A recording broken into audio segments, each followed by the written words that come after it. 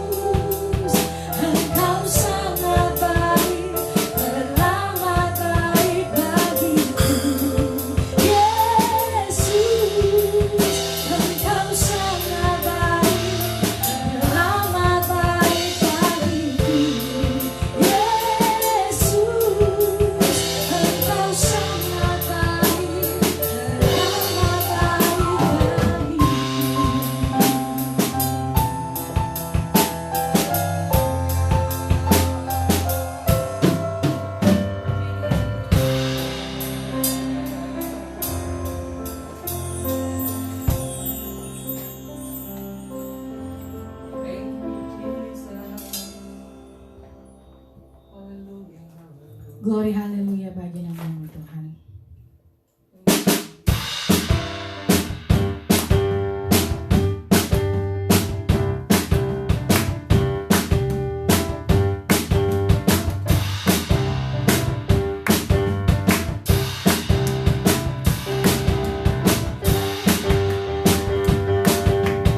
Oh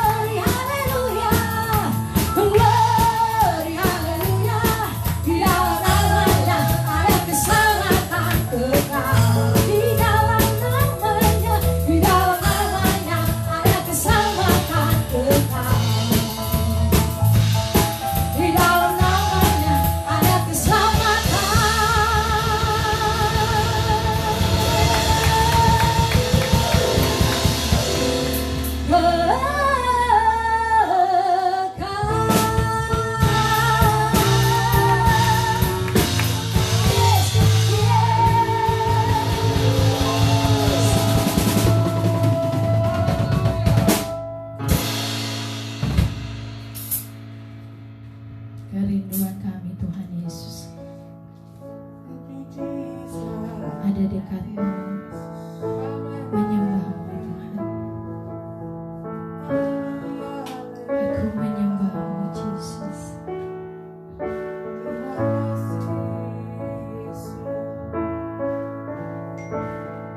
Ku menyembahmu Yesusku yang ada di tata kemuliaan.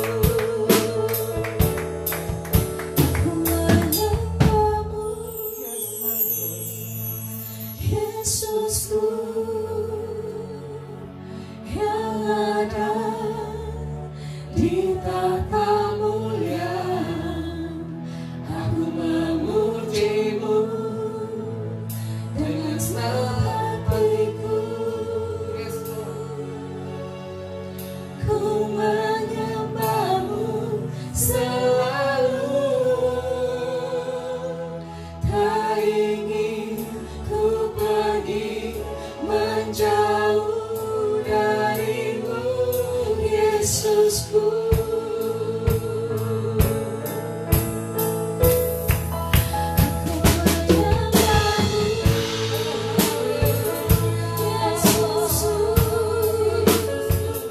Yang ada di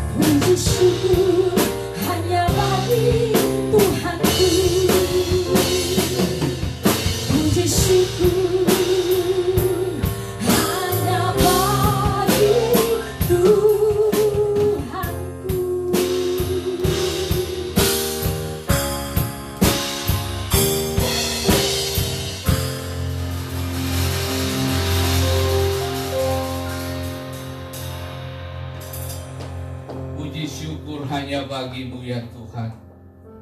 Kami bersyukur untuk hari ini. Dari tempat ini Bapa, kami berdoa memberkati semua para ibu di seluruh dunia. Kiranya sukacita dan damai sejahtera bagi seluruh wanita di dunia. Mereka mendapatkan anugerah perlindungan dari Tuhan. Terima kasih untuk semua wanita yang telah Tuhan pakai rahimnya sehingga kami hadir hari ini. Terima kasih banyak Bapa di surga. Benar Tuhan, puji syukur hanya bagi Tuhan. Terima kasih Tuhan Yesus untuk para ibu, mama, oma, saudara perempuan. Diberkatilah bahkan kepada mereka yang belum menikah. Tuhan berkati dan siapkan hidup mereka untuk menjadi ibu seiring dengan waktu dan tujuan Tuhan dalam kehidupan mereka. Terima kasih banyak Bapa. Kami berdoa untuk semua para ibu-ibu yang mungkin saja yang sedang menyaksikan ibadah kami yang onsite maupun online sedang mengalami sakit. Kami katakan sembuh, pulih dalam nama Yesus. Terima kasih banyak Bapa di surga. Bagimu segala kemuliaan, hormat dan kuasa. Kami dedikasikan ibadah ini hanya bagi kemuliaan Tuhan Yesus. Haleluya. Berikan kami hati dan telinga seorang murid. Olehnya kami terima firman, dan firman-Mu memuatkan kami, memberikan solusi bagi perjalanan hidup kami dari hari ke hari. Thank you Jesus. Haleluya. Amin. Silakan dulu Bapak Ibu semua. Haleluya. Luar biasa. Baik Bapak Ibu, hari ini saya mewakili seluruh keluarga besar Rockdover mengucapkan Happy Mother's Day untuk semua kaum ibu di belahan dunia manapun yang ada di onsite ini maupun yang online. Kami sampaikan Happy Mother's Day untuk semua para wanita hebat di seluruh dunia, teristimewa kepada keluarga besar Rockdover. Oke, baik. Ini orang yang kedua. Minggu lalu kita bicara tentang orang-orang penakut. Nah, minggu ini kita bicara tentang orang-orang yang tidak percaya. 8 orang yang tidak masuk surga. Ya. Ingat baik saudaraku, seperti minggu kemarin saya katakan bahwa Yesus berbicara tentang neraka lebih banyak daripada berbicara tentang surga. Wow. 12 ayat, 11 diantaranya keluar dari mulut Yesus. Oke. Nah, berarti itu penting. Selama materi atau topik pembicaraan neraka ada di Bible, berarti kita harus belajar akan hal ini dan harus tahu. Nah, Wahyu 21 ayat 8 dikatakan, tetapi orang-orang penakut, orang-orang yang tidak percaya, orang-orang keji, orang-orang pembunuh, orang-orang sundal, tukang-tukang sihir, penyembah-penyembah berhala, dan semua pendusta. Mereka akan mendapat bagian mereka di dalam lautan yang menyala-nyala oleh api dan belerang. Inilah kematian yang kedua. Ya. Nah, next lihat kita bahas tentang orang-orang yang tidak percaya. Nah, ilah dunia atau setan hanya mampu membutakan pikiran orang yang tidak percaya. Tapi untuk orang percaya tidak mudah. Tapi orang percaya pun bisa terlena, artinya mengabaikan instruksi kebenaran, dan itu bisa iblis punya kesempatan untuk masuk dan menduduki, ya, untuk mengambil kita. Makanya Alkitab berkata bahwa jangan memberi iblis kesempatan, pijakan atau tempat atau space kecil saja, dia akan masuk dan menduduki kita. Ya. Nah, Yohanes, ada beberapa tokoh di dalam Alkitab yang bahas tentang kata apistos. Apistos itu artinya unbelieving, orang yang tidak percaya. Nah, tokoh pertama adalah Yohanes. Yohanes penulis dari Wahyu 21 ayat yang ke-8 yang baru saja kita baca. Yohanes adalah murid Yesus yang menulis tentang kitab Wahyu. Nah, Yohanes menggunakan kata Gerika apistos yang artinya unbelieving dalam mengajar kita. Nah, apistos artinya orang yang tidak percaya dibangun dari dua kata. A yang berbicara tentang partikel negatif yang artinya tidak, tanpa, ya. Dan pistos, percaya, setia, taat, dapat dipercaya. Berarti kurang dalam iman, tanpa iman, tidak percaya, tidak dapat dipercaya, tidak dapat diandalkan. Dalam konteks ini, dalam konteks Wahyu 21 ayat 8, apistos, orang yang tidak mempercayai kabar baik, artinya good news, tentang Yesus Kristus. Ya, jadi kalau kita bicara tentang orang yang tidak percaya, itu berarti dari kata Yunani apistos. Pelan-pelan Bapak Ibu. Nah, next lihat. Orang yang tidak percaya. Nah, ini apa maksud dari orang yang tidak percaya yang digambarkan oleh Yohanes dalam Wahyu 21 ayat 8? Mengapa mereka ini gak masuk surga? Ya. Nah, lihat. Orang yang tidak percaya itu meliputi mereka yang dulu percaya pada Kristus, tetapi dikalahkan oleh berbagai dosa seperti yang tercantum di bawah ini. Ya. Dulunya dia percaya Yesus. Tapi kemudian dia diganggu oleh dosa, dia kehilangan itu. Nah, orang yang tidak percaya dulu mengaku Kristus dan kemudian mempraktikkan kejahatan dalam kebencian bagi Allah. Bisa dimengerti? Jadi apistos itu orang tadinya percaya tuh. Tapi karena dosa dan pengaruh yang lain membuat dia membenci Allah. Lalu kemudian mereka atau apistos tadi yang menertawakan hal-hal tentang Tuhan. Orang-orang yang suka membuli pekerjaan-pekerjaan Tuhan. Orang-orang yang suka menghina pekerjaan-pekerjaan Tuhan. Itu hati-hati. Jangan saudara kira itu sesuatu lelucon sesaat. Sebab itu berbahaya bagi Anda. Nah, mereka menertawakan hal-hal tentang Tuhan. Oke, saya kasih satu contoh di Alkitab. Satu peristiwa. Ketika Daud memindahkan tabut perjanjian ke Yerusalem, Alkitab berkata bahwa Daud menari sekuat tenaga untuk Tuhan. Jadi ketika hadirat Allah ada, Daud menari, Daud menyembah. Itu sikap ibadah dia. Lalu tiba-tiba istrinya Mikal melihat dan dia berkata,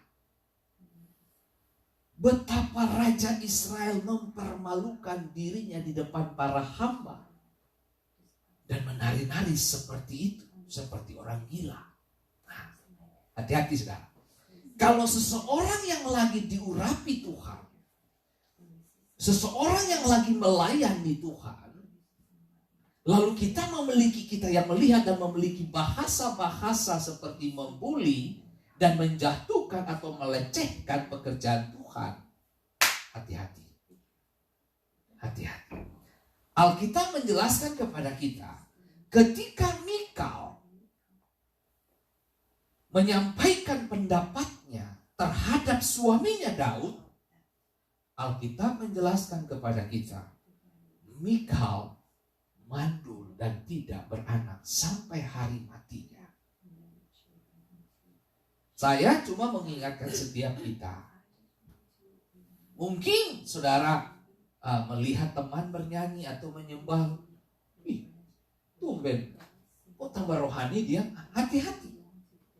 Itu kelihatan kalimat-kalimat sederhana, tapi kalau lama-kelamaan Anda terus menggunakan hal yang sama, itu akan menjadi karakter dan sifat Anda. Mikal itu menghujat itu. Sampai dia bilang, ini kenapa ini suami saya kenapa? Raja Israel seperti ini, kok kenapa menari dengan para hamba seperti begini? Dengar baik, kalau hadirat Allah turun, kadang-kadang kita lupa siapa kita, status kita di hadapan manusia sebagai raja. Daud melupakan semua posisinya demi dan untuk Tuhan. Makanya kalimat Daud kepada istrinya begini, kepada Mikal, kalau ada yang lebih hina lagi dari ini, saya akan buat selama itu untuk Tuhan. Saya mau kasih tahu bos sekarang, kita melayani Tuhan, kalau kita serius, upah itu ada pada kita. Toh kita melayani Tuhan bukan butuh pengakuan manusia, tapi kita melayani karena kita mencintai Tuhan kita.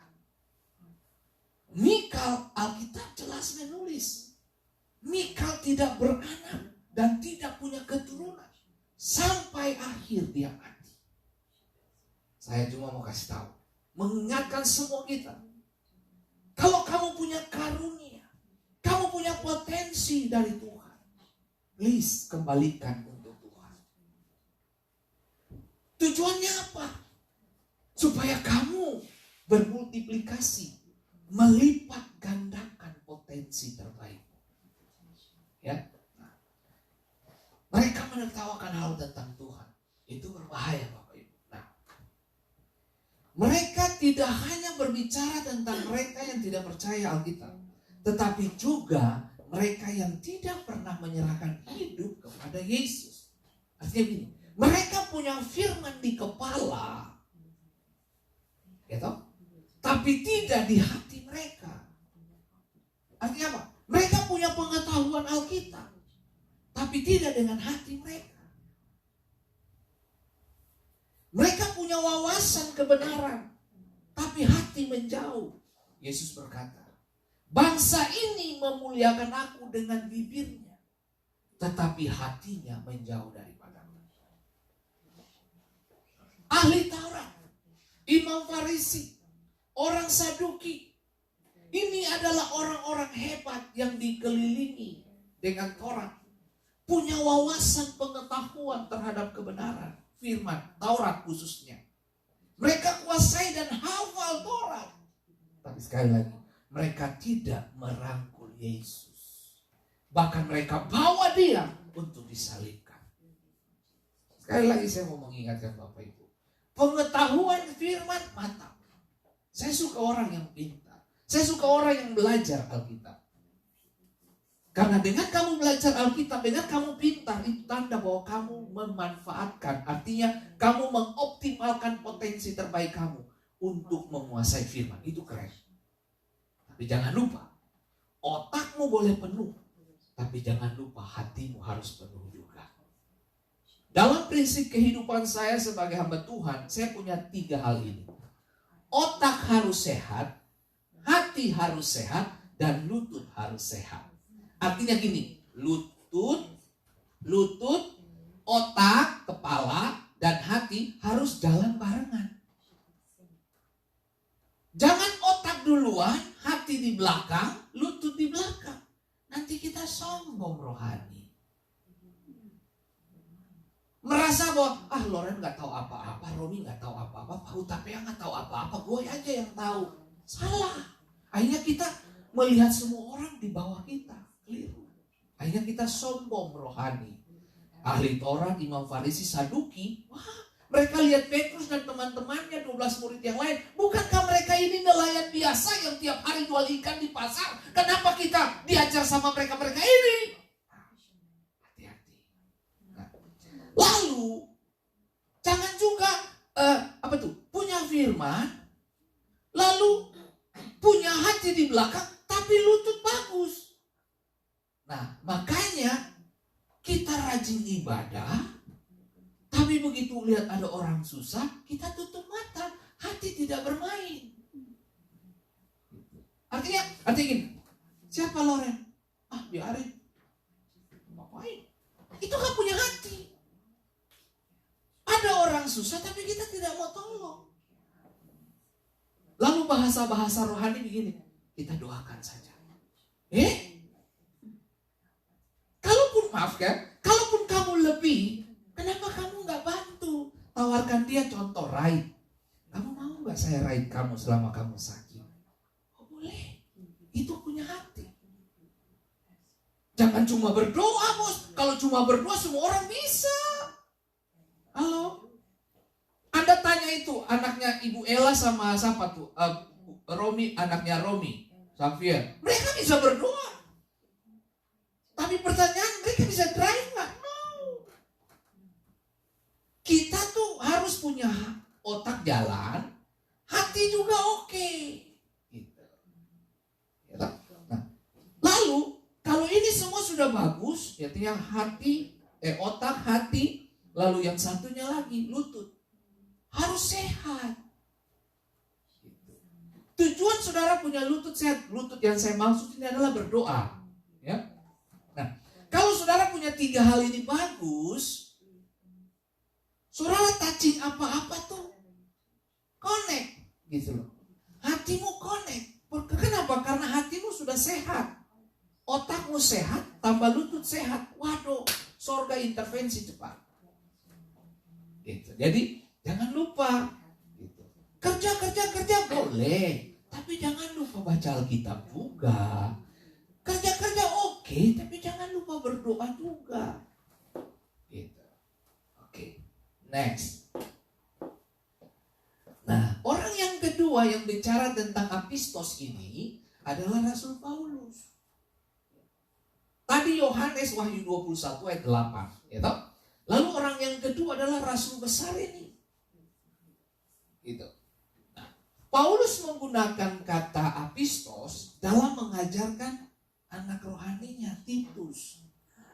Siapa Titus? Dia adalah salah satu gembala yang luar biasa, anak muda, dan dia diurapi untuk mengembalakan. Titus 1 ayat 15.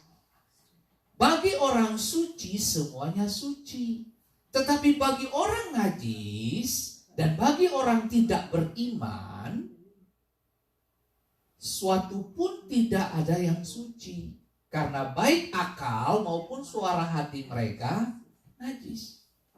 Nah, ingat, bagi orang tidak beriman, itu kata yang dipakai apistos, bahasa Yunaninya. Sekali lagi, kenapa saya suka menggunakan kata-kata Yunani? Karena Alkitab kita dan dikomunikasikan Yesus dalam bahasa Yunani. Ya, oke. Karena Yesus pada waktu itu pun kuasai beberapa bahasa, ada Yunani, Aram, Ibrani. Ya, oke. Dan Latin jangan lupa. Kenapa? Karena Roma menggunakan bahasa Latin. Oke. Karena Roma menjajah bangsa Yahudi. Nah, di sini dipakai kata terjemahan Lembaga Alkitab Indonesia digunakan bagi orang yang tidak beriman, apistos, unbelieving. Nah, suatu pun tidak ada yang suci, karena baik akal maupun suara hati mereka najis. Nah, di ayat yang ke-16, mereka mengaku mengenal Tuhan, tapi dengan perbuatan mereka, mereka menyangkal Dia. Itu yang tadi saya bilang, punya otak, tapi kelakuan jauh dari otaknya. Punya pengetahuan akan Tuhan, tapi perbuatannya menyangkal Dia. Ya, mereka keji dan durhaka dan tidak sanggup berbuat sesuatu yang baik. Siapa itu mereka? Yaitu mereka yang kenal Tuhan, tapi dengan perbuatan mereka menyangkal Tuhan. Nah, dikatakan begini, menjijikan. Ini maksud dari ayat 16, menjijikan. Artinya bau, tidak taat dan tidak berharga untuk perbuatan apapun. Tidak berharga untuk perbuatan baik apapun. Artinya gini, orang yang punya pengetahuan harus manifestasi pengetahuanmu dalam tindakan dan perbuatan. Itu. Nah, saya berharap Bapak Ibu semua yang hadir di tempat ini, mari bukan kita cuma pintar kebenaran, tapi perbuatan pun harus mendukung apa yang kamu kuasai. Begitu. Oke, pelan-pelan. Next, coba lihat. Tidak berharga untuk sesuatu yang baik bisa dilakukan oleh orang-orang yang tidak beriman. Nggak bisa mengharapkan sesuatu yang baik. Ya, coba lihat. Ayat 15 dari Titus pasal 1 tadi.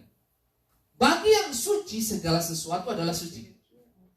Tetapi bagi mereka, orang yang tercemar, itu kata tercemar itu dibilang dipakai kata itu miaino. Miaino itu artinya apa? Rusak secara spiritual. Dan tercemar diwarnai dengan warna lain. Nah, kalau orang sudah tercemar, kita nggak bisa harapkan. Gini. Anda datang dengan air satu gelas, air jernih, lalu tiba-tiba saudara dituangkan satu yang warna merah. Pertanyaan saya, Anda bisa pisahkan itu? Susah. Harus ada saringan khusus, kan begitu? Susah Anda pisahkan itu. Pisahkan warna merah tadi dengan air jernih tadi. Susah. Teknologi sekarang iya memisahkan itu. Tapi dalam hal ini saya bicara tentang hal spiritual. Sesuatu yang tercampur. Kalau kamu sudah punya Yesus, kamu balik menggunakan kalimat atau kepercayaan yang lain. Kamu udah percaya Yesus nih. Sebut saja begini. Kamu lagi sakit. Dalam nama Yesus sembuh. Tapi begitu Mbak Dukun datang, wah, penyakit ini harus pakai bawang putih, harus disumbur. Itu Mbak Dukun gak tahu udah gosok gigi belum, tapi dikunyah-kunyah. Itu kamu mau? Saya bingung dengan orang-orang ini. Sudah percaya Yesus, sudah didoakan, tapi begitu Mbak Dukun datang, kita bingung setengah mati. Bayangin coba. Jadi kamu bangkit bukan karena kesembuhan, kamu bangkit karena gak tahu jigong satu badan karena disumbur. Nah, tapi itulah saya mau kasih tahu, saudara. Diwarnai dengan warna lain. Kita campur Yesus dengan pendapat-pendapat manusia. Kita campur Yesus dengan yang namanya tuh ilmu-ilmu yang lain. Nah, di Amerika nih, Pak Pendeta, ini Amerika, negara maju. Semua orang mata sudah terang. Iya sayang, semua mata terang. Dolar lewat pun semuanya terang kok. Nah, tapi saya mau kasih tahu saudara, jangan campurkan Yesus dengan yang namanya mamon juga. Hati-hati. Karena Yesus punya saingan itu mamon. Itu Allah saingan. Oke, lihat kembali ke sini. Diwarnai dengan warna lain. Mereka gigih dengan keadaan mereka. Siapa? Ini orang tercemar ini. Tetap teguh pada pendirian atau pikiran, keras hati dan ngotot gitu. Orang tuh kalau sudah hidup di dalam dosa, kalau sudah menikmati dosa, aduh susah untuk dilepasin, saudara. Contoh aja orang berjudi. Udah terbiasa berjudi nih, disuruh stop judi, walah, itu uring-uringan, saudara. Nggak gampang dia lepas itu. Orang merokok, orang narkoba, suruh dilepas itu nggak gampang. Itu nggak gampang. Begitu kamu lepas, itu daging seperti menuntut. Ayo lagi dong, saya perlu, itu dosa. Itu yang dibilang keinginan dosa. Dia bilang gini, dan tidak percaya tidak ada yang murni, tetapi baik pikiran dan hati nurani mereka tercemar. Tercemar itu apa? Bertahan, persisten dengan keadaan mereka. Artinya gini, orang yang tercemar, orang najis itu, mereka nyaman dengan kondisi mereka. Nah, orang positif selalu mengeluarkan yang positif. Orang negatif cenderung mengeluarkan kata-kata negatif. Anda nonton aja dan lihat aja di Facebook. Gitu. Orang bisa baku maki gitu loh. Saling ngumpat gitu, saling menyerah di sosial media. Seluruh dunia nonton itu. Bahkan kalau saudara dengar dan lihat dan menyaksikan lawyer terbaiknya, salah satu lawyer terbaik Indonesia, sekarang lagi baku adu dengan lawyer-lawyer yang lain. Coba lihat, gara-gara apa? Salah satu lawyer mengusir istrinya, bla bla bla bla. Dan kita tahu kebenarannya seperti apa. Mereka saling menyerang satu dengan yang lain. Yang tadinya kehidupan rumah tangga tertutup untuk diri sendiri, sekarang sudah dibuka di seluruh dunia. Dan semua orang dengar itu. Sudah menjadi konsumsi banyak orang. Coba lihat, saudara. Itu yang saya mau bilang ke saudara. Tercemar. Hati-hati, saudara. Kita rusak secara spiritual. Next, lihat. Lalu orang yang ketiga, Yesus Kristus. Ya. Yesus menggunakan kata apistos, unbelieving ini, dalam menyapa muridnya yang disebut Thomas. Thomas ini dari 12 murid. Thomas. Nah, Yohanes 20 ayat 21. Itu Thomas makan minum sama-sama dengan Yesus. Tidur juga sama-sama dengan Yesus di situ. 12 orang semua tidur bareng Yesus. Yesus makan ikan goreng, mereka 12 makan ikan goreng juga. Kalau Yesus itu orang Manado, Yesus makan apa tuh? Ikan woku. Semua makan ikan woku. Kalau Yesus itu orang Jawa, dia makan martabak. Semua makan martabak. Lihat mujizat sama-sama, berjalan sama-sama. Bahkan mereka mandi di Danau Galilea, mandi bareng-bareng. Semua kan laki-laki tuh, 12, semuanya pada buka baju, tinggal celana pendek, terjun ke danau. Wow, ayo. Nah, tapi ada sisi-sisi di mana yang Yesus ajarkan murid-muridnya. Salah satu nih Thomas. Ya. Yohanes 20 ayat 27. Kemudian ia berkata kepada Thomas, taruhlah jarimu di sini dan lihatlah tanganku, ulurkanlah tanganmu, cucukkan ke dalam lambungku, jangan engkau tidak percaya, apistos. Lagi, melainkan percayalah. Dengar baik, berjalan dengan Yesus. Begini, ini Yesus sudah bangkit. Yesus sudah bangkit. Yesus tampakkan diri kepada murid-murid tanpa Thomas di dalam Yohanes pasal 20. Kemudian 8 hari kemudian Yesus menampakkan diri kepada murid-murid dan ada Thomas. Penampakan pertama tidak ada Thomas. Makanya di ayat yang ke-27, Thomas gak yakin. Ketika disampaikan ke teman-temannya menyampaikan, Thomas, kamu tahu gak? Guru datang kunjungi kita. Nah, Thomas ngomong, saya gak percaya. Kalau saya tidak letakkan jari saya ke lambung dan mencucukkan jari saya ke lambung dan ke tempat aku, saya tidak percaya. Nah, karena ketidakpercayaan itu, Yesus datang kepada murid-muridnya. Ada Thomas di dalamnya.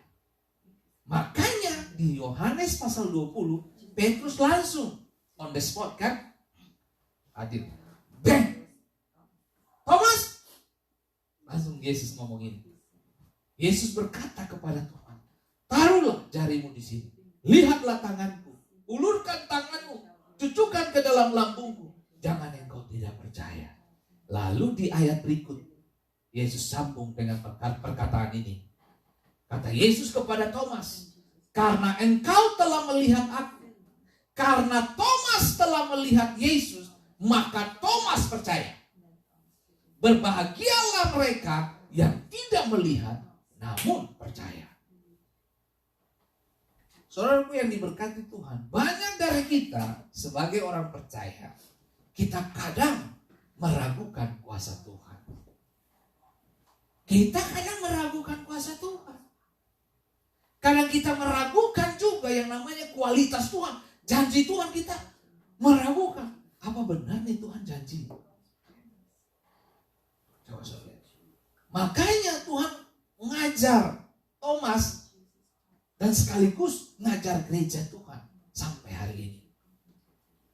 Apakah kita masih percaya dengan Tuhan yang kita sembah? Itu saudara. Saudaraku yang diberkati Tuhan. Iman Tuhan kasih kepada kita supaya kita memiliki mata yang lain untuk melihat janji Tuhan dengan cara yang tidak biasa. Tuhan kasih iman bagi Bapak, Ibu, dan saya supaya kita melihat dengan kacamata Tuhan. Contoh, Lot, Abraham beritahu kepada Lot, daripada gembala-gembalamu dan gembala-gembalaku konflik, lu pilih deh. Kalau kamu pilih ke kanan, aku ke kiri. Kalau kamu ke kiri, aku ke kanan. Lalu Lot. Nah, di mana-mana kan kita tertipu dengan mata kita, betul? Halo Bapak Ibu. Kadang-kadang kan saudara suka lihat barang yang bagus, betul? Lalu Alkitab berkata bahwa Lot berdiri dan memandang ke lembah Yordan. Hijau. Dia lihat ke lembah Yordan hijau, sungai membentang. Waduh, daratannya keren banget. Itu yang dilihat dengan jasmani. Tapi Lot lupa bahwa di situ lembah itu ada Sodom dan Gomora. Beberapa tahun kemudian Tuhan kirim belerang dan api dari langit, membumi hanguskan Sodom dan Gomora. Di mana? Lembah Yordan itu. Apa yang kamu lihat dengan mata jasmani kelihatan bagus, tapi belum tentu membawa berkat bagimu. Tapi kalau kamu lihat dengan kacamata lain, Abraham sebut saja mendapatkan yang sisa dari pilihan Lot. Karena kita berkata, kalau you pilih sana, gua ke sini. Kalau you ke sana, aku pilih sini. Abraham, sebut saja Abraham dapat yang sisa setelah Lot memilih. Yang terjadi apa saudaraku? Abraham berlawanan dengan Lot. Lalu ini kalimat Tuhan. Abraham, lihat, sejauh kamu memandang, itu wilayah punya kamu. Keren. Nah, saudara tahu bahwa kalau segini-gini, kalau saudara bayangin ini, kalau saudara diperhadapkan dengan pilihan, ada berlian, ada tembaga. Saudara tanya Pak Fendi, Pak Fendi tinggal pilih, Pak Fendi mau yang mana? Omong kosong kalau Pak Fendi pilih tembaga. itu adalah bohong kalau saya pilih tembaga. Karena pengetahuan saya berlian lebih mahal dari tembaga. Yang jelas saya pilih berlian dong. Bisa dimengerti. Nah, itulah yang saya mau bilang. Berkat menurut Tuhan beda dengan berkat menurut kamu. Saya tidak pernah melihat orang yang suka memberi jatuh miskin. No. Justru anak cucunya punya roti setiap pagi. Aneh kan? Seharusnya kamu memberi, kamu berkurang. Kan begitu. Tapi Alkitab berkata begini, terlebih berkat memberi daripada menerima. Aneh kan? Ini kalimat-kalimat aneh. Ini kebenaran ini kayaknya aneh. Aneh menurut otak. Karena kita terbiasa dengan matematika. Bisa dimengerti. 1 tambah 1 sama dengan 2. Kalau kamu punya 2, saya kasih 1 ke Loren, berarti saya punya berapa? 1. Waduh, rugi dong. Karena matematika. 2 ekor ikan dan 5 roti ketika dikasih sama anak kecil yang punya makan siang, 5.000 orang diberi makan. Sisa berapa? 12 bakul. Itu namanya matematika ilahi. Jangan pakai matematika daging, kamu bakalan kalah. Stres. Bisnis apapun harus perhitungan yang matang, betul? Ibu Tina dan Loren, saya mau investasi beli bangunan ini. Kalian berdua mau invest nggak sama-sama saya? Belum tentu kalian berdua mau. Pak Fendi, perasaan ini di pinggiran kota menjanjikan apa? Bisa dimengerti? Nggak gampang. Saudara harus ukur semuanya dari sisi bisnis, dari sisi pergerakan properti mungkin. Saudara sisi, ini kalau manajemen kira-kira gini bisa bagus nggak? Kayaknya nggak mantep nih. Kayaknya jalur jalan utama nggak lewat sini deh. Kayaknya jalan masuk ke daerah gedung atau tempat yang Bapak akan beli ini kayaknya susah deh. Semua harus dipertimbangkan dan diukur. Tapi karena kamu berjalan dengan mata yang berbeda, kamu libatkan Tuhan, tiba-tiba itu meledak. Kan begitu, maksudnya di dalam dunia bisnis itu harus saling percaya. Sama di dalam dunia spiritual, waktu kamu percaya Tuhan, saudara harus percaya dengan janjinya. Bahwa kalau dia tuntun kamu, dia pasti tolong. Begitu aja. Oke. Sekali lagi, apa yang kamu lihat, apa yang tidak kamu lihat, berbahagialah mereka yang tidak melihat. Berbahagialah mereka yang tidak melihat namun apa? Percaya. Itu gak gampang. Gak gampang Bapak Ibu. Kamu lihat anak kamu. Dia lagi bobo. Terus kamu lihat. Wih. Tapi Tuhan udah bilang, ini anak pilot terbaik dunia. Tapi kamu lihat, pilot. Pilot bagaimana? Bawa mobil mainan aja tabrak sana sini rusak. Pilot. Kamu lihat mobilnya, rusak. Pilot. Rusak. Pilot rusak. Pilot rusak. Kamu bingung. Tapi kayak di dalam kamu bilang, ini anak jadi pilot terbaik. Tapi kamu balik kembali ke mainannya mobil itu. Ini mobil baru beli 2 jam lalu rusak. Pilot. Nggak salah nih Tuhan. Bingung loh. Perang. Kenapa? Kenapa kamu berperang? Karena kamu pakai mata kamu. Buktinya rusak mobil. Bawa pilot. Bawa pesawat. Ya ilah. Nggak salah nih. Coba lihat. Itu yang saya bilang. Nggak gampang mempercayai janji Tuhan. Kamu perlu iman. Kamu gak. Makanya kalau saya suka bernubuat untuk anak-anak saya. Saya suka melepaskan yang terbaik, yang positif untuk anak-anak saya. Tujuannya apa? Saya seperti mengagendakan perjalanan hidup mereka di dalam perkataan-perkataan yang saya keluarkan. Oke, next. Waktu Anda dilihat anakmu pilot, udah jadi belum anakmu jadi pilot? Belum. Tapi kayak di dalam tuh Tuhan bilang itu dia jadi pilot. Contoh ya. Pilot. Ini mobil 2 jam lalu gue baru beli rusak. Peperangan tuh.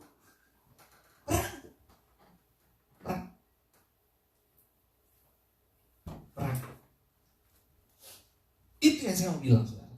Nah, Matius 17 ayat 17. Nah, maka kata Yesus, hai kamu angkatan yang tidak percaya. Ini di kesaksian lain lagi. Ini tentang mereka, salah satu anak yang kena penyakit ayan. Penyakit ayan itu apa? Epilepsi ya? Ya. Nah. Maka kata Yesus, hai kamu angkatan yang tidak percaya dan yang sesat, berapa lagi aku harus tinggal di antara kamu? Berapa lama lagi aku harus sabar terhadap kamu? Bawalah anak itu kemari. Nah, ketidakmampuan mereka untuk melihat adalah penghakiman ilahi yang diberikan kepada mereka karena mereka menolak untuk percaya. Jadi kasusnya begini nih di dalam Matius 17 ayat 17. Murid-murid datang berdoa, men. Dalam nama Yesus sembuh. Nggak sembuh, men. Nggak sembuh. Datanglah bawa anak itu ke Yesus. Makanya Yesus bilang, kamu angkatan yang tidak percaya. Saudara yang baik, sudah ikut Yesus, tapi mereka tak percaya. Kita ke gereja, tapi kita juga bisa meragukan Tuhan. Kita bisa melayani, kita bisa khotbah, tapi kadang kita juga bisa meragukan Tuhan.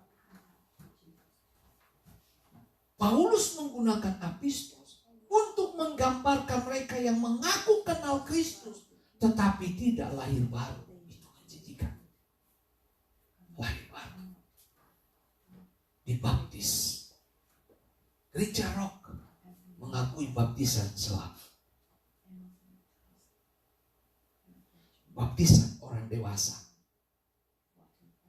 Ini yang saya mau mengajarkan buat Bapak Ibu. Oke, next lihat. Apa yang harus kita lakukan untuk kita bisa menikmati surga itu? Bertobat dan berbalik, berbuah sesuai pertobatan.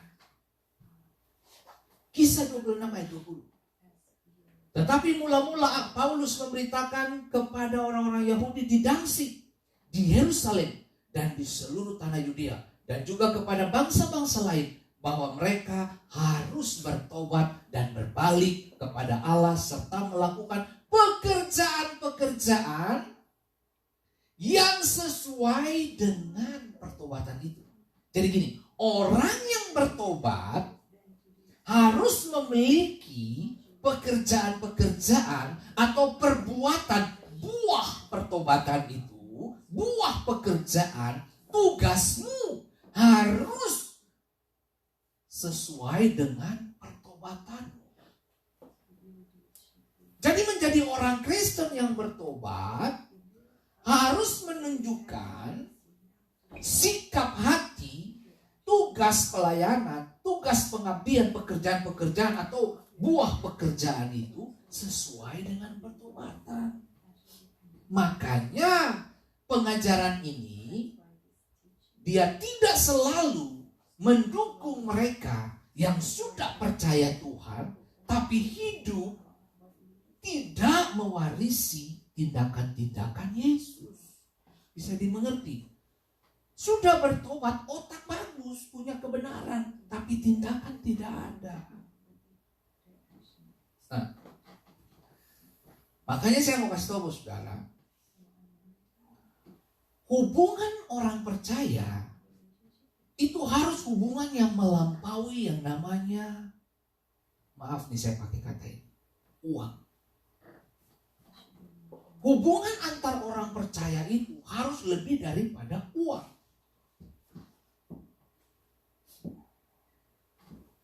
Anda punya, begini, ada pepatah bilang ini, ada uang, abang disayang. Bisa dimengerti? Ada uang, badanmu di perahu. Artinya gini, ada uang, kamu dapat fasilitas. Tidak ada uang, kamu ditendang.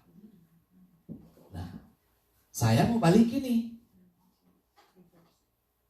Hubungan ibadah kita, hubungan kekristenan, hubungan orang percaya harus melampaui yang namanya uang.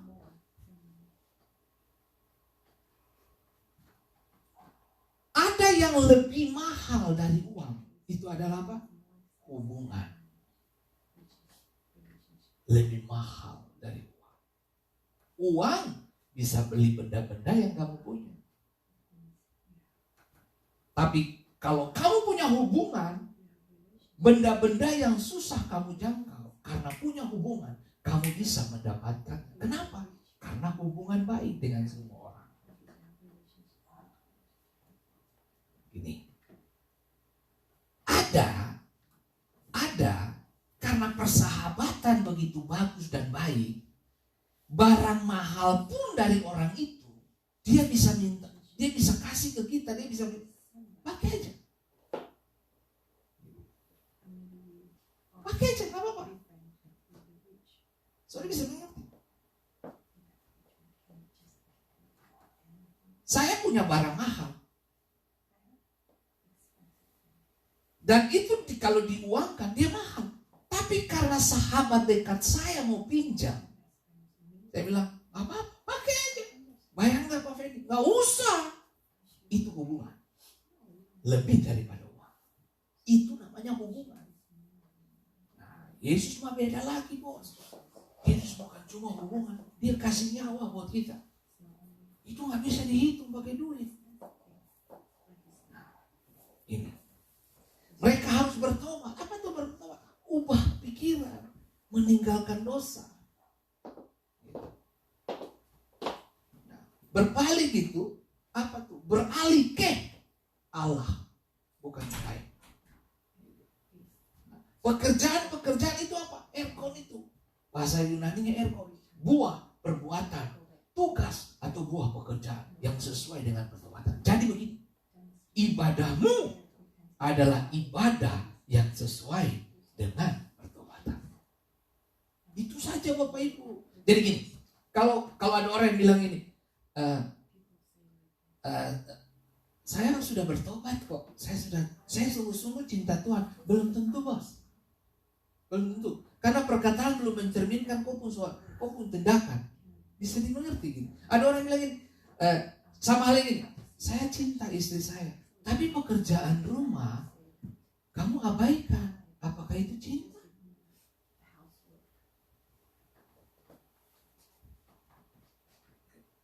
Atau gini, saya cinta Tuhan. Saya cinta Tuhan Pak Fendi, cinta banget. Begitu saya tanya balik, kapan terakhir kamu berdoa? 3 bulan lalu. Ya itu mah bukan cinta. Bisa dimengerti Bapak Ibu. Yang nama cinta itu ketemu tiap hari. Halo? Masa Anda bersahabat dengan temanmu lebih mantap daripada bersahabat sama suami atau istrimu? Bisa dimengerti. Itu yang saya punya maksud. Ingat, buah pertobatan. Oke, next lihat. Ini terakhir. Iman sejati harus menyatakan diri dalam tindakan saleh dan pengabdian kepada Yesus Kristus. Nah, perbuatan tanpa iman adalah perbuatan yang mati. Bisa dimengerti ya? Iman tanpa perbuatan adalah iman yang mati. Jadi iman dan perbuatan itu seperti koin. Sisi. Dua sisi itu loh. Yang satunya iman, satunya perbuatan. Nah, Yakobus 2 ayat 26. Sebab seperti tubuh tanpa roh adalah mati. Ya, ingat dalam tubuh kita ini, Venissima tahu ini terdiri dari 3 elemen. Roh, jiwa, dan tubuh. Ini nih, di tubuh kamu ini, saya ini terdiri dari 3 elemen. Tubuh, jiwa, roh. Tubuh ini punya tangan, mata, gigi, hidung, rambut, itu tubuh. Gitu? Tubuh ini. Nah, ada itu apa? Indra. Ada indra perasa, indra penglihat, pendengaran, yaitu peraba dan sebagainya. Nah, lalu jiwa itu berhubungan dengan apa? Pengetahuan. Matematika, biologi, fisika, itu. Nah, roh itu hati nurani. Ini bicara dengan siapa? Tuhan. Makanannya apa? Firman. Itu. Nah. Sebab seperti tubuh tanpa roh adalah mati. Demikian jugalah iman tanpa perbuatan-perbuatan adalah mati. Itu saudara. Jadi saya tidak terlalu yakin dengan orang berkata bahwa saya cinta Tuhan, tapi perbuatan nol. Saya cinta Tuhan tapi tidak pernah berdoa. Baca Alkitab boro-boro. Berdoa apa lagi? Baca Alkitab malas. Berdoa malas. Apalagi ke gereja. Anda melangkah ke gereja saja itu udah peperangan. Nah, jadi hidup percaya Anda itu peperangan. Peperangan apa? Melawan kemalasan. Pandemik ini telah membuat banyak orang malas. Malas apa? Malas untuk bergerak kemana-mana. Gitu. Nah, makanya mati di situ dibilang ini sia-sia. Nah, Yakobus 2 ayat 22.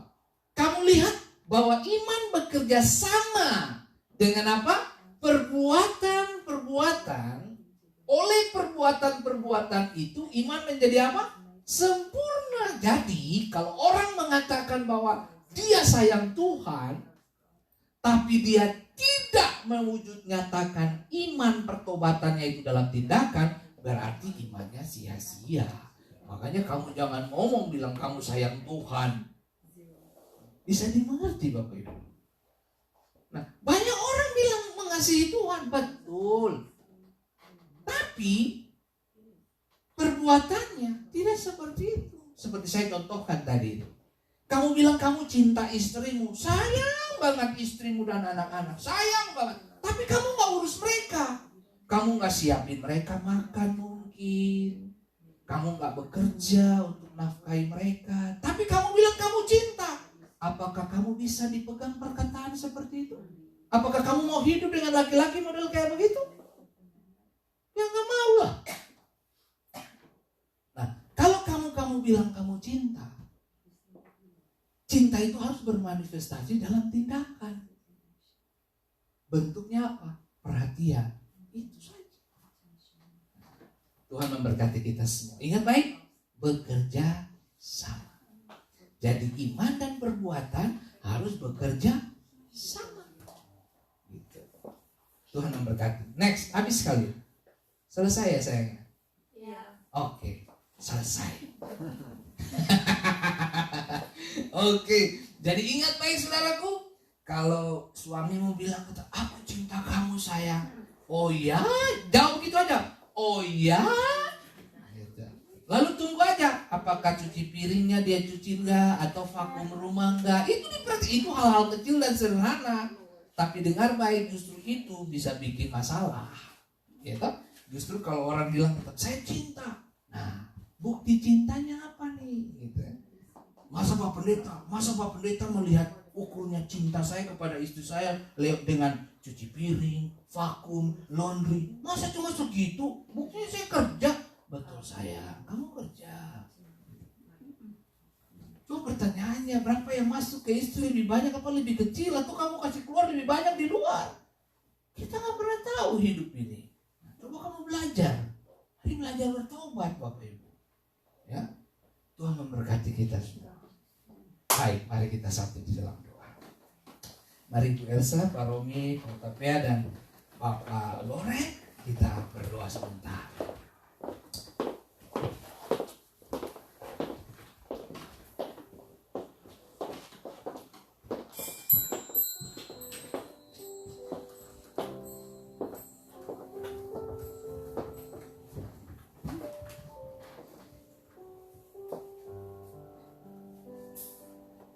Tuhan Yesus Bapa yang baik, datanglah kerajaan-Mu, jadilah kehendak-Mu dalam hidup kami. Biarlah kebenaran ini memerdekakan kami dan membawa pola pikir kami ke arah yang Tuhan kehendaki. Tuhan Yesus, berikan kami hati dan telinga seorang murid. Kami mendengar perkataanmu, kami memiliki iman, dan kami bawa pulang kehidupan nyata dari iman pertobatan kami itu. Roh Kudus, dan kiranya seperti Yakobus pasal 2, iman bekerja sama dengan perbuatan-perbuatan, sehingga iman itu menjadi sempurna. Tuhan Yesus, tolong kami. Oleh anugerah dan kasih karunia Tuhan, kami mampu memanifestasikan perbuatan-perbuatan kasih yang memberkati banyak orang. Tuhan Yesus, terima kasih. Dalam nama Yesus Kristus, kami sambut kebenaran-Mu ini dengan sukacita, dan kami mau hidup di dalam iman itu sendiri. Dan manifestasi perbuatan-perbuatan, pekerjaan-pekerjaan kami, tugas-tugas pengabdian kami di tempat pekerjaan, sebagai PNS, pekerja pabrik, di mana saja kami bekerja dan memiliki hubungan dengan tetangga saudara bersaudara, kami memiliki dan menunjukkan dan mempresentasikan pertobatan kami dalam perbuatan-perbuatan kami. Terima kasih banyak Bapa di surga. Dalam nama Yesus Kristus, berikan kami hati untuk melakukan kebenaran. Sebentar kami akan memberi persembahan. Tuhan berkati, kuduskan pemberian kami, dan kami mau memberi dalam sukacita Yesus. Berkati semua tangan yang menabur untuk pekerjaan dan pelayanan di tempat ini. Terima kasih banyak Bapa di surga, yang transfer melalui Venmo maupun yang memberi di onsite. Tuhan berkati setiap kami. Dalam nama Yesus kami telah berdoa dan mengucap syukur. Haleluya. Amin. Mari Elsa.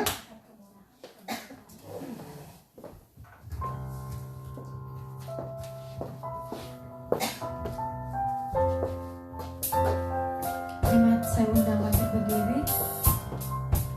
Kau hiasi kehidupanku.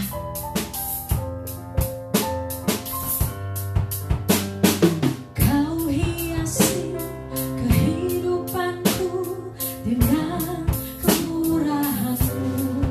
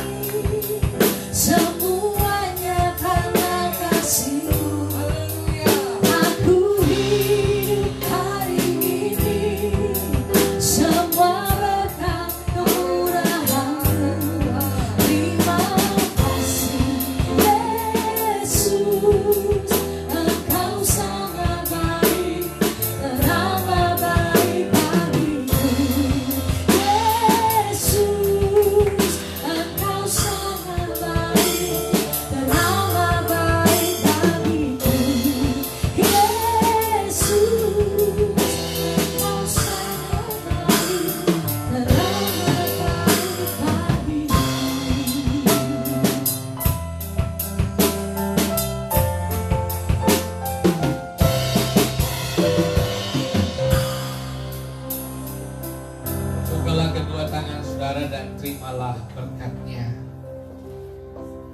Tuhan memberkati engkau dan melindungi engkau. Tuhan menyinari wajah-Nya kepadamu dan memberi engkau damai sejahtera.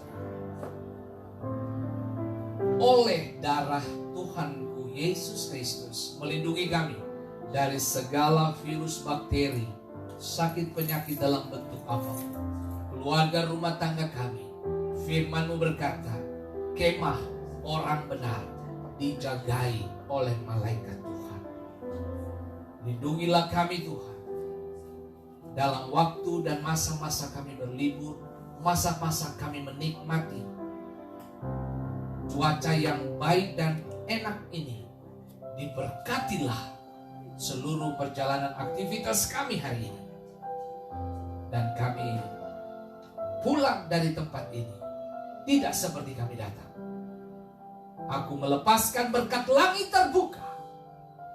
Tanah mengeluarkan yang terbaik dalam hidup.